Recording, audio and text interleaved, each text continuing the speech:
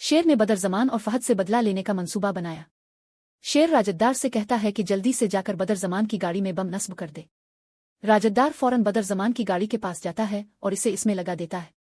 जैसे ही बदरज़मान फहद के साथ शेर को मारने के लिए ग्राउंड की तरफ गामजन है, बदरज़मान और फहद की गाड़ी रास्ते में फट गई।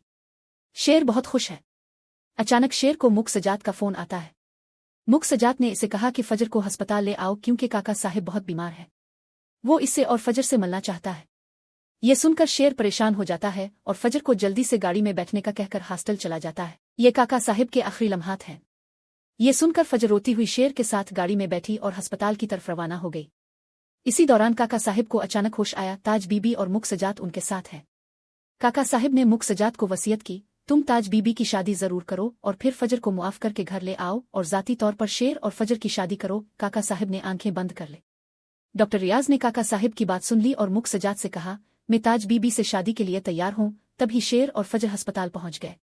मुक सजात फजर को बताता है कि काका साहिब नहीं रहे।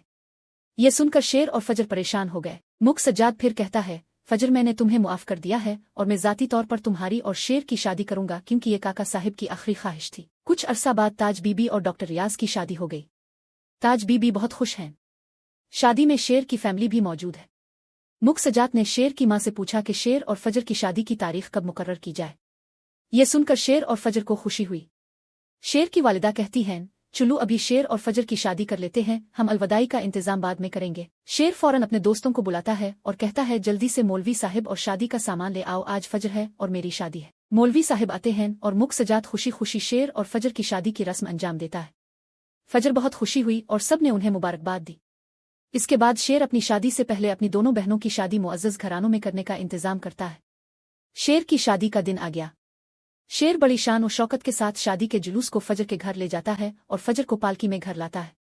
घर पहुंचकर वो फजर को अपने कमरे में ले जाता है और कहता है, फजर आज मेरी जिंदगी का सबसे बड़ा दिन है क्योंकि आज से तुम और मैं एक हैं। फजर ने जवाब दिया, शेर ये हमारी सच्ची मोहब्बत है और इसीलिए हमें अपनी मोहब्बत मिली है। कुछ देर बाद फजर की तबीयत अचानक खराब हो जाती है। शेर परेशान होकर इसे अस्पताल ले जाता है। शेर की मां और मुक सजात भी पहुंच गए। चेकअप के बाद डॉक्टर शेर से कहता है, मुबारक हो, तुम बाप बनने जा रहे हो। शेर की खुशी दीदनी है। मुक सजात और शेर की वालिदा ने भी मुबारकबाद दी। शेर फजर के कमरे में जाता है और कहता है, फजर तुमने मुझे मेरी जिंदगी की सबसे बड़ी खबर सुनाई है। शेर फजर को घर ले आता है। मुक सजात शेर से कहता है, आज से हम पिछली तमाम दुश्मनियां भुलाकर साथ रहेंगे। शेर फिर अपने खानदान के सामने हकीकत जाहिर करता है। बदरज़मान अपने वालिद के कत्ल का जिम्मेदार था और यहीं से शेर ड्रामा सीजन 2 की कहानी शुरू होती है। अगर आप शेर ड्रामा सीजन 2 की अपडेट्स हासिल करना चाहते हैं तो हमारे चैनल को लाइक और सब्सक्राइब करना ना भूलें। इसके अलावा कमेंट्स में हमें बताएं कि आप उन दिनों कौन से ड्रामे देख रहे हैं।